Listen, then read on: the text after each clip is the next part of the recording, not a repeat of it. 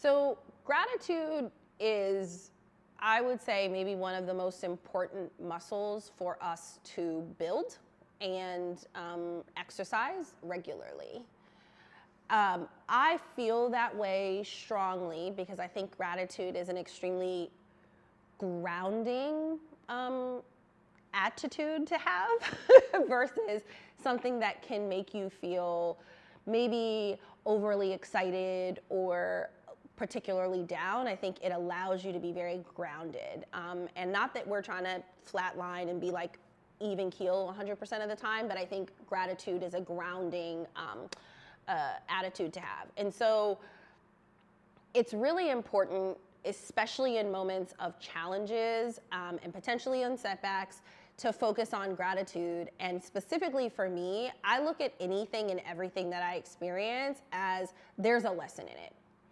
It can have a high or it can have what could feel like a low. I'm the type of person who walks around with very few regrets, meaning almost none. And it's because I focus so much on the lesson.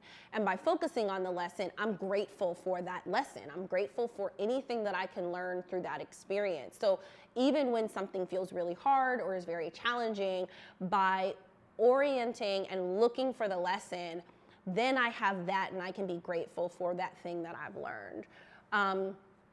I have had moments where, maybe I've gotten feedback on a particular task, or I've had a leader guide me in a direction that was misaligned with the intention of the broader project.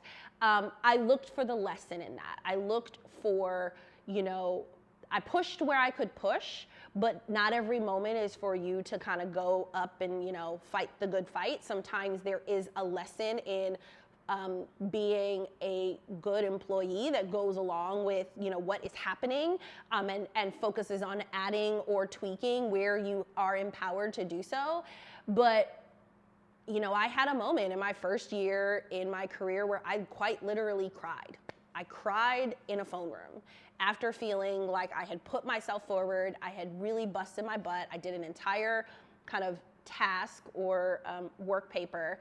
I was then asked to redo it, which took me about 40 hours to redo. And then the lead partner for this particular area came back and was like, actually go back to the first one. I don't know how you got over there, but go back here. And I broke down. I was like, I just wasted 40 hours of my life. I'm exhausted. I'm tired. And I was really upset at first, but I realized, okay, this was a lesson in how important it is for there to be alignment in the team. We can't have multiple tiers of perspective on how we do this. We need to be aligned because that's how we ensure that we get the most out of our resources, not just the people themselves, but the time and effort that we put forward in getting things done. And so I looked for the lesson, and I'm grateful for that experience because I'm extremely intentional now as a leader, and I but I really encourage my managers and those that I have managed to be super intentional about ensuring there's alignment up front, because you never want someone to be in that position where they feel some kind of way. And so again, I think gratitude in focusing on the lesson is how you get through and can look back on challenging times and move yourself forward. So daily exercise, I'm gonna be honest, I'm not the best at having a specific individual thing that I do every day, but I will give you a flavor of different gratitude things that I do that you can integrate accordingly. So, for example, while I express gratitude every day, it can look like having a moment of quiet to myself and thinking about things that I learned that day, or sitting in a moment of quiet and meditation and being able to say, wow, reflecting on things that have changed over the course of time for me. So that's another type of gratitude. Another type of gratitude, actually, I learned this journaling exercise that I think is really powerful for people who like to write and people who enjoy journaling. And I do this probably every so often. I think it just depends on if I'm in that headspace.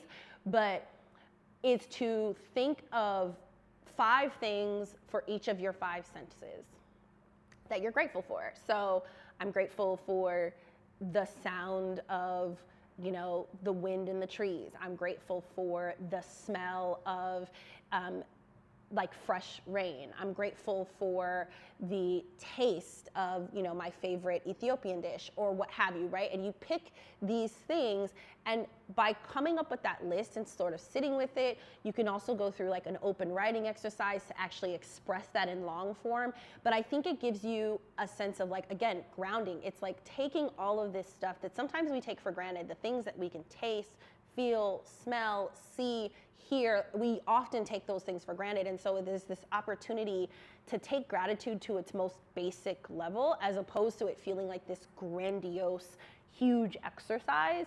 I know other people who, you know, maybe for a 30-day period, every night they'll journal 25 things that they're, or like just write down 25 things that they're super grateful for that day.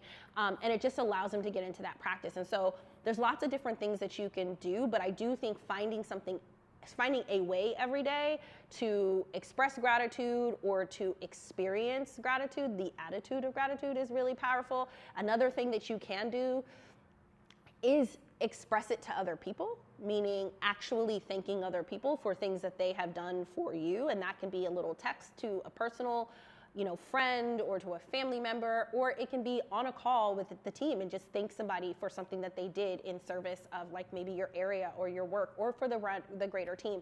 So I think that attitude just allows you to, again, be really grounded in recognizing what's important.